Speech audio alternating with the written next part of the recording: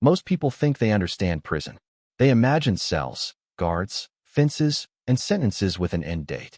But deep inside the American prison system, there is another reality, one most people never see, never hear about, and never question.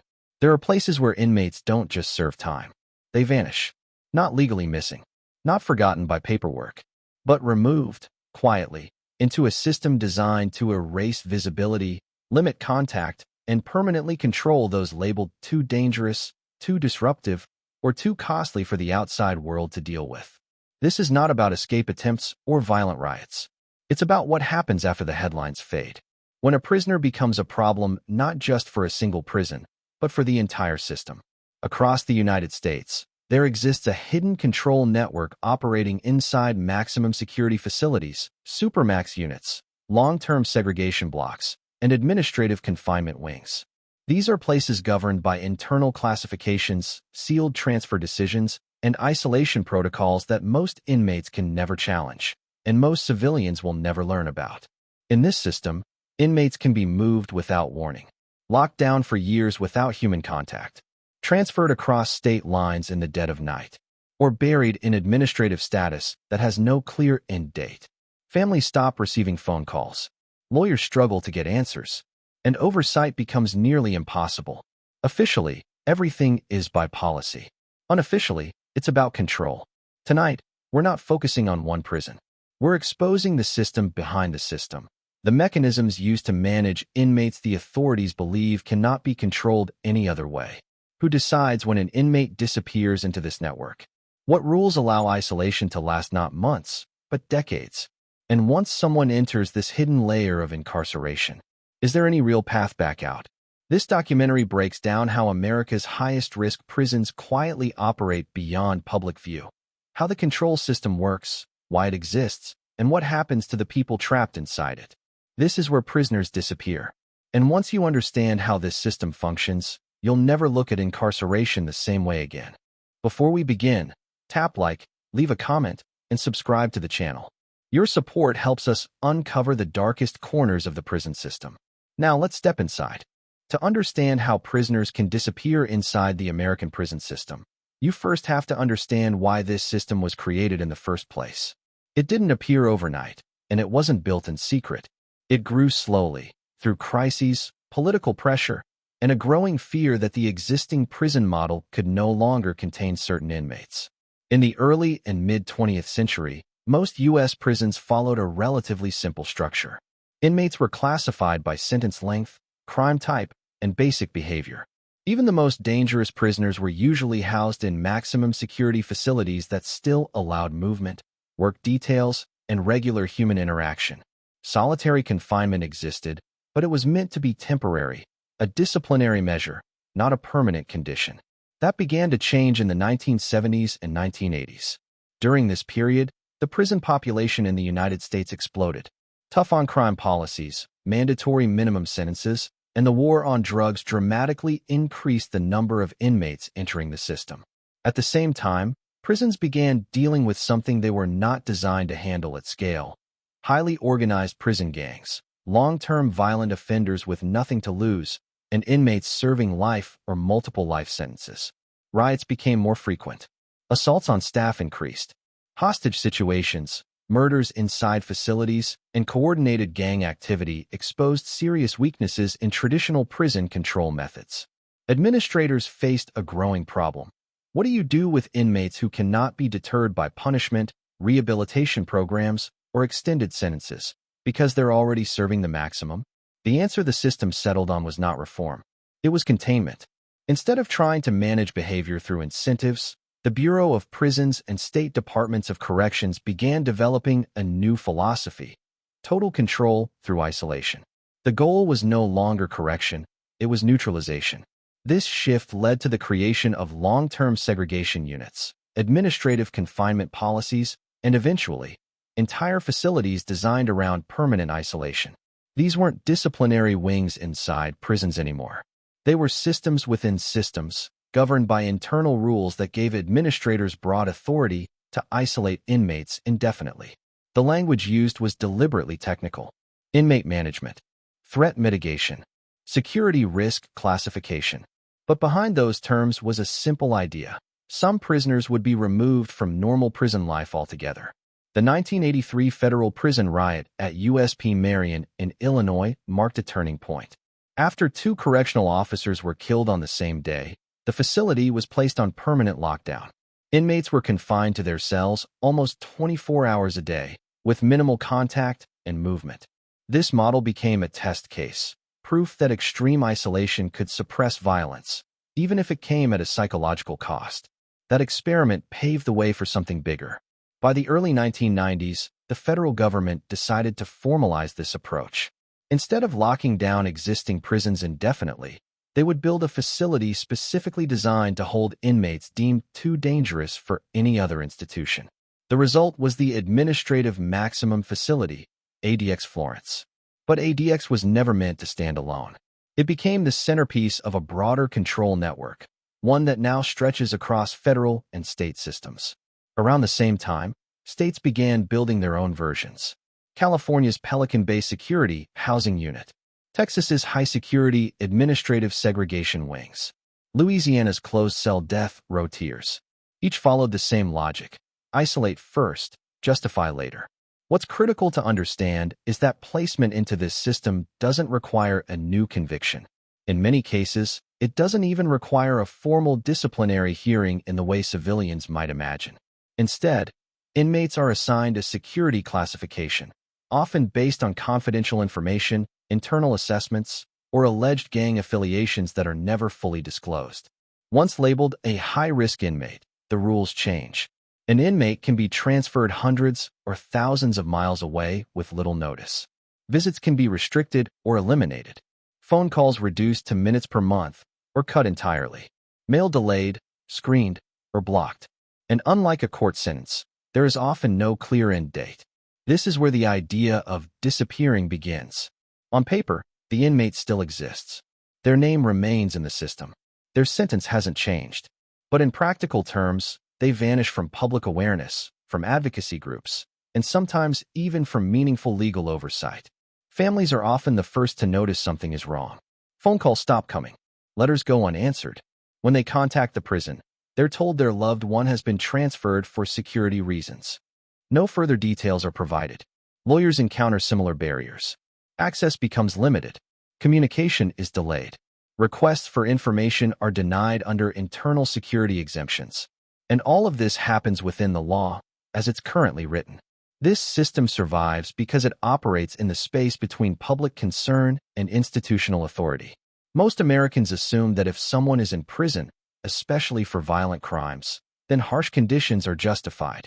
That assumption allows extreme measures to continue without sustained scrutiny. But what began as a response to violence has evolved into something more permanent and far more expansive. Today, inmates can spend decades in isolation under administrative status, not because of ongoing misconduct, but because the system has decided they are too dangerous to reintroduce into normal prison life. Rehabilitation becomes irrelevant. Review processes often exist only on paper, and release back into general population can depend on subjective evaluations that are nearly impossible to satisfy. This is not a single prison problem. It's a structural design, a layered network of classifications, transfers, and confinement statuses that quietly removes certain inmates from view, sometimes for life. And once this system was built, it didn't shrink. It grew.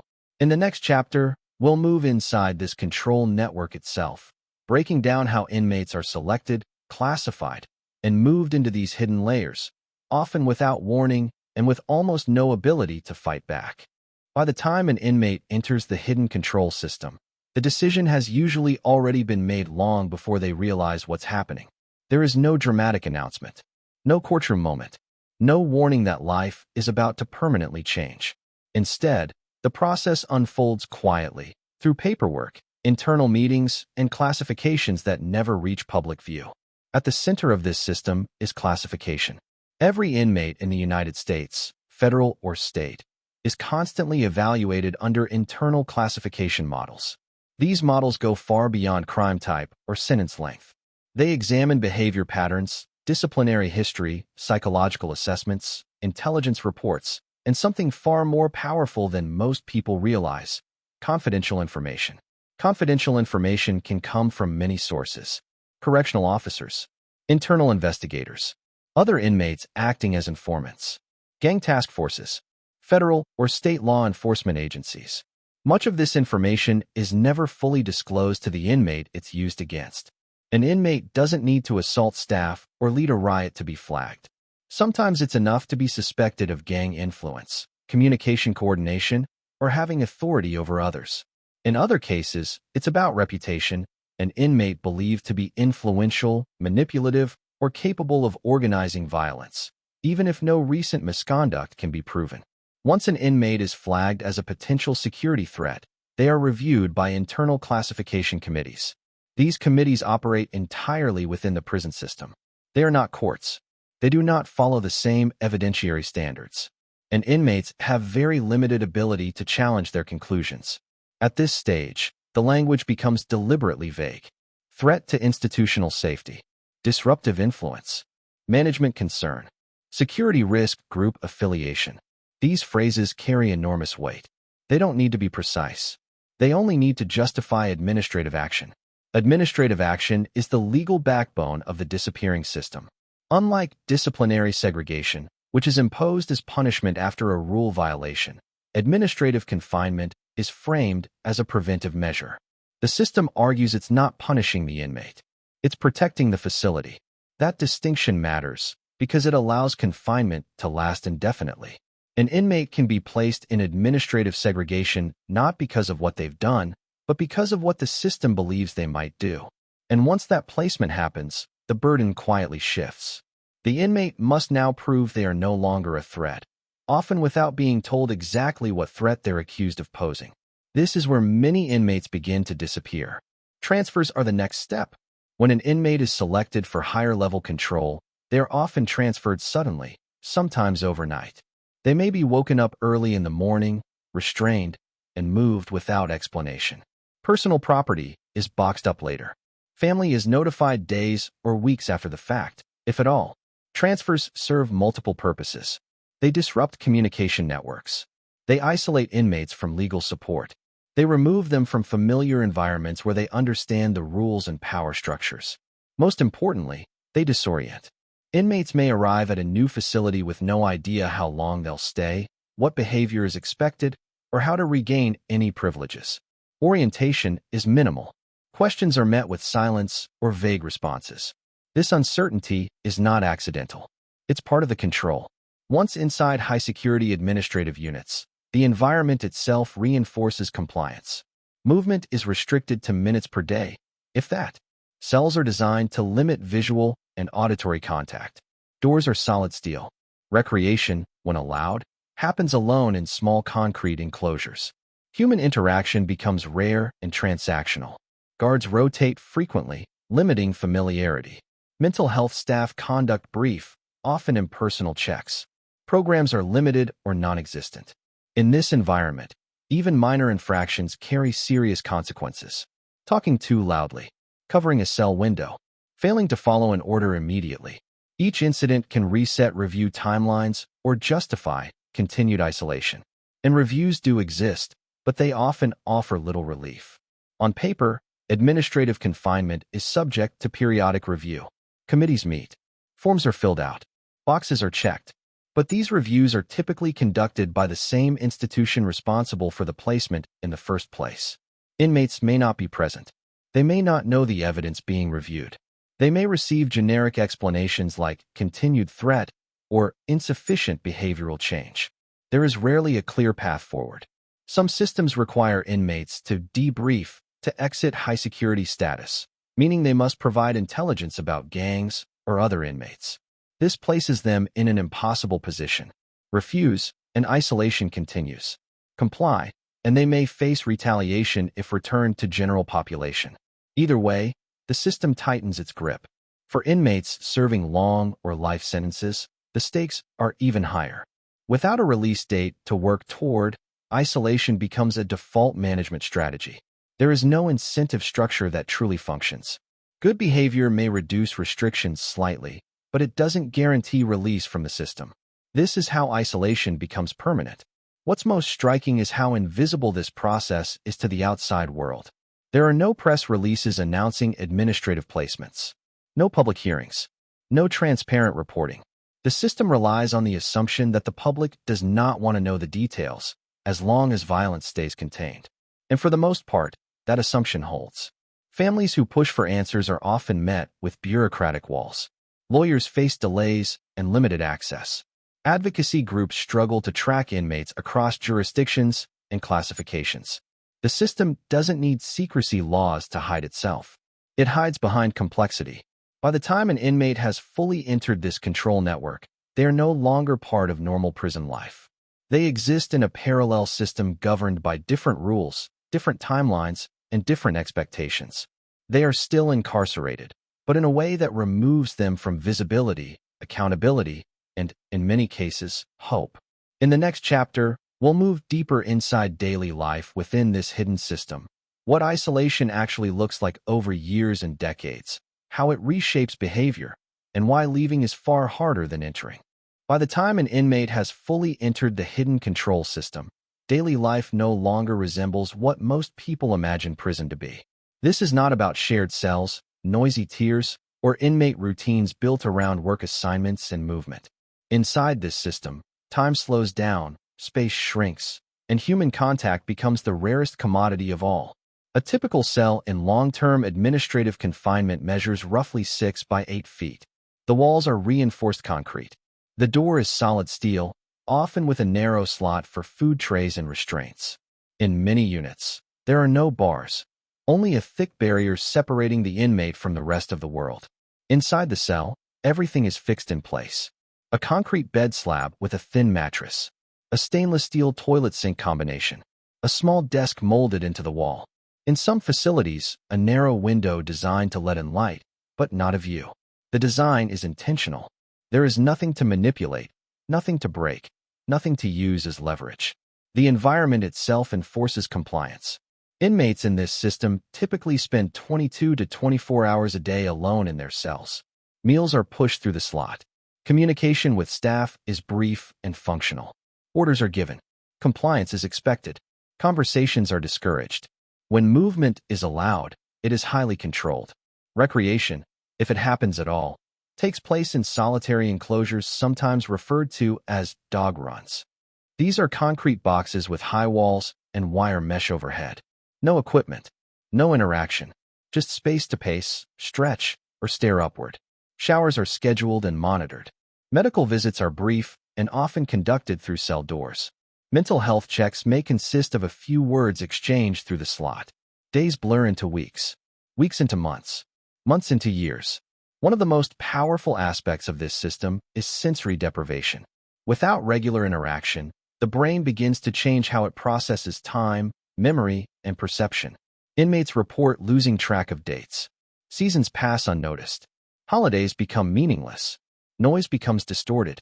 Silence becomes overwhelming. Some inmates begin to talk to themselves, not out of choice, but out of necessity. Others pace endlessly, developing repetitive movements that help them mark time. Still others withdraw completely, lying motionless for hours at a time. The system does not require inmates to break in order to succeed. It only requires them to adapt. For those who struggle, consequences follow quickly. Mental health deterioration is common in long-term isolation. Anxiety, depression, paranoia, and emotional flattening appear even in inmates with no prior mental illness. For those with pre-existing conditions, symptoms often worsen dramatically, but acknowledging distress can be risky. Inmates who express psychological difficulty may be placed under increased observation, stripped of personal items, or subjected to even tighter controls. In some cases, they are transferred to specialized units that offer little more than intensified confinement. Treatment is limited. Privacy is non-existent. Trust erodes quickly. The result is a paradox. The system recognizes mental harm, but the very structure designed to maintain control makes meaningful treatment nearly impossible. Communication with the outside world becomes another battleground. Phone calls, if allowed, are short and infrequent. Conversations are monitored. Visits, when permitted, are conducted through thick glass or via video. Physical contact is eliminated. Even eye contact can be difficult under the watchful presence of staff. Mail is screened, delayed, or rejected. Books and magazines may be restricted. Educational materials are limited or denied. Over time, relationships erode. Families stop calling as often. Friends move on. Children grow up without meaningful connection. The inmate becomes increasingly isolated not just physically, but socially. And that isolation feeds the system. An inmate with fewer outside connections has less leverage, fewer advocates, less visibility. Complaints carry less weight. Transfers become easier. Restrictions last longer. Inside the prison, the social dynamics are equally isolating. There is no inmate community, no hierarchy to navigate, no alliances to build. Every interaction is filtered through policy and surveillance. Even indirect communication, tapping on walls, shouting between cells, is monitored and punished. Trust disappears. Guards rotate shifts frequently, reducing familiarity. Some maintain professional distance. Others adopt rigid enforcement styles. Inmates learn quickly that consistency does not exist and that unpredictability is part of the environment. This constant uncertainty shapes behavior. Many inmates become hyper-compliant, following rules obsessively in hopes of release from isolation. Others give up entirely, recognizing that good behavior does not guarantee change. The review process feels distant, abstract, and arbitrary. Reviews come and go. Statuses remain the same. In theory, inmates are expected to demonstrate positive adjustment to move out of administrative confinement. In practice, the criteria are often unclear or unattainable. How does one demonstrate improved social behavior while confined alone?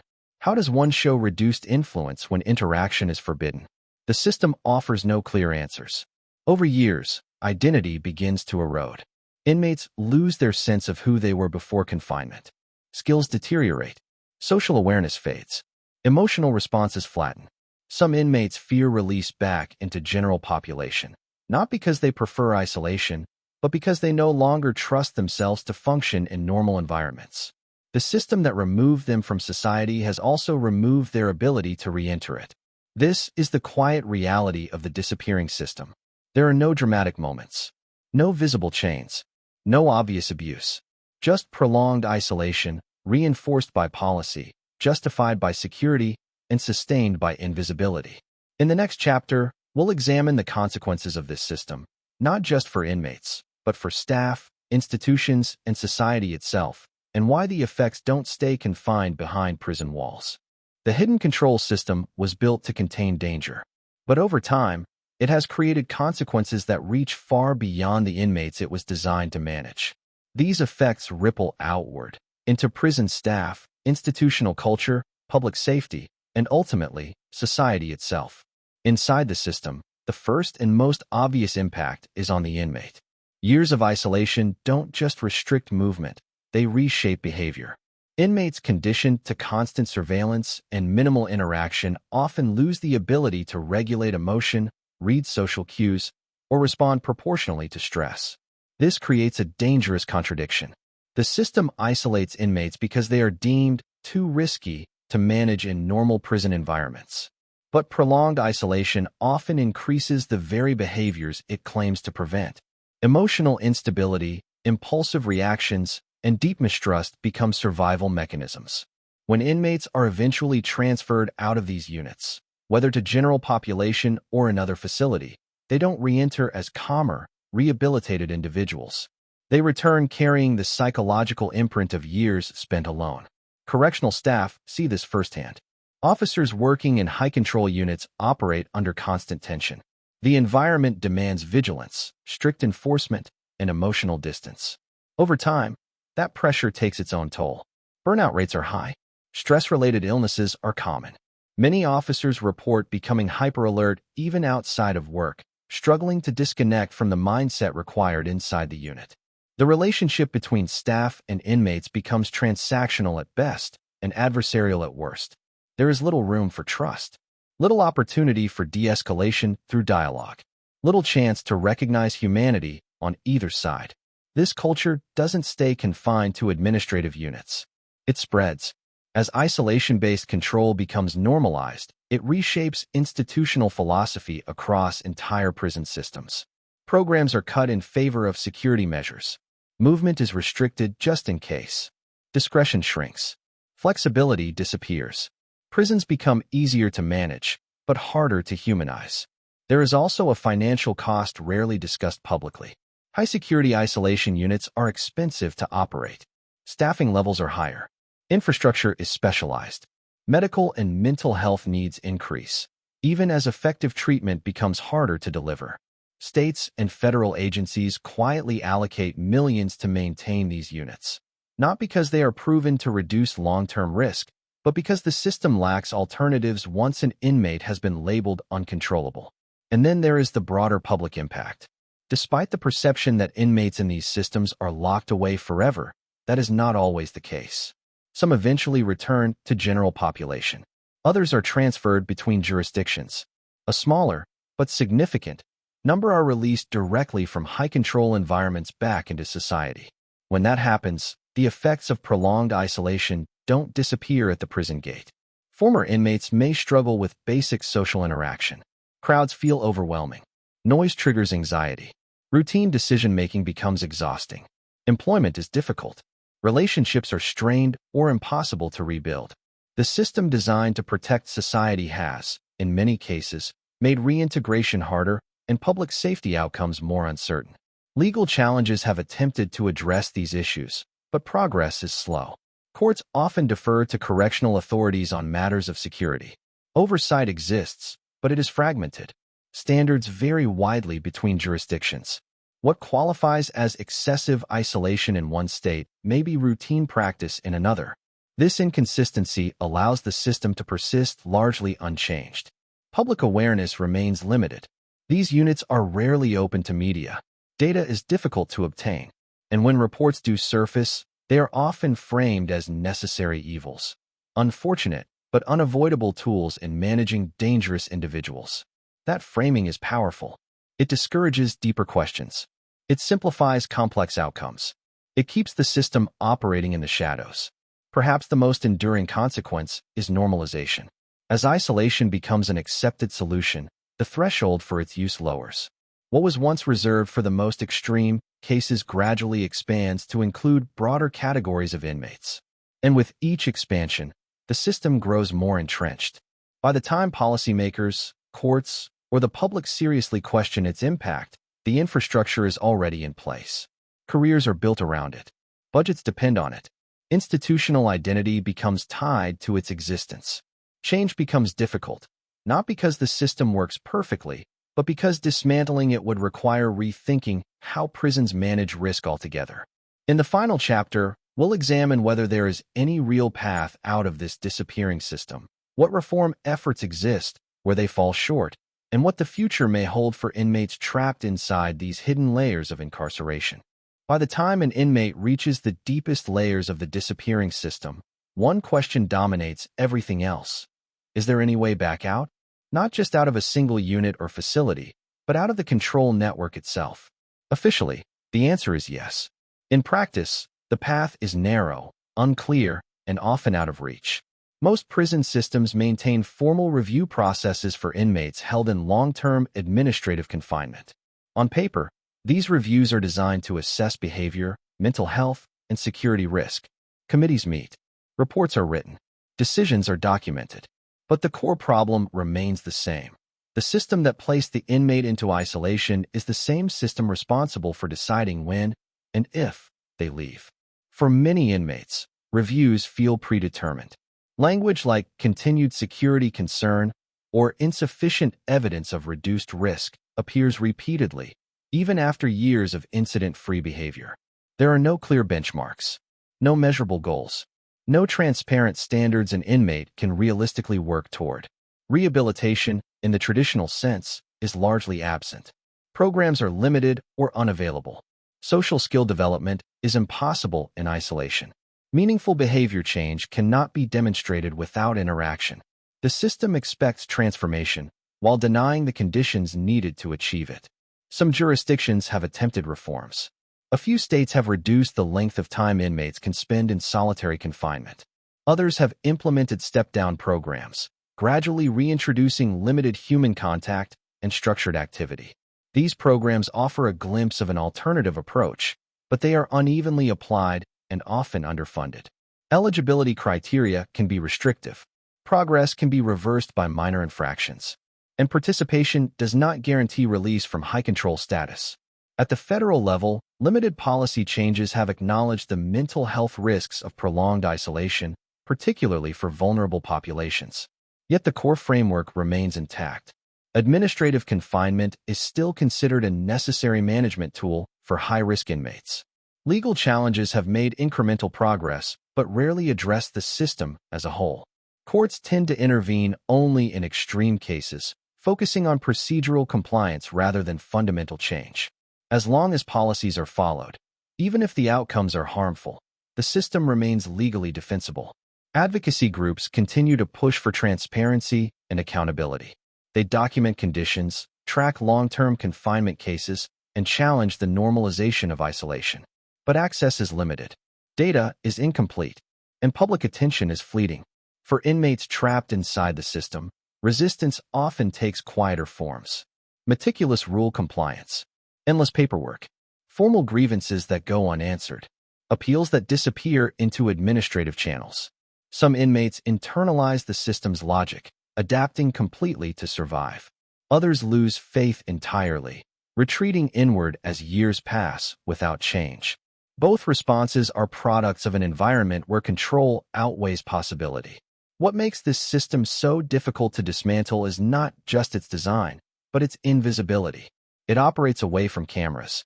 It affects people society has already decided not to see. And it is justified by a language of safety that discourages scrutiny. Yet the long-term costs are undeniable. A system built on permanent isolation cannot easily produce stability, rehabilitation, or reintegration.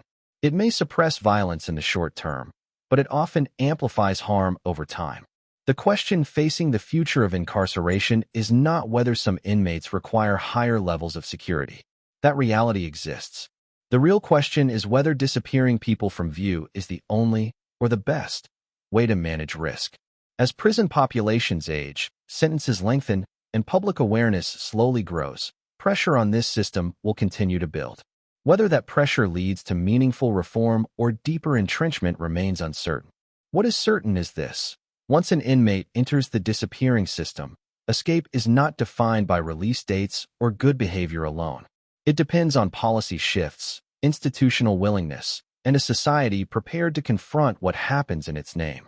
And until that happens, the system will continue to function quietly, out of sight, out of mind, reshaping lives behind concrete walls most people will never see.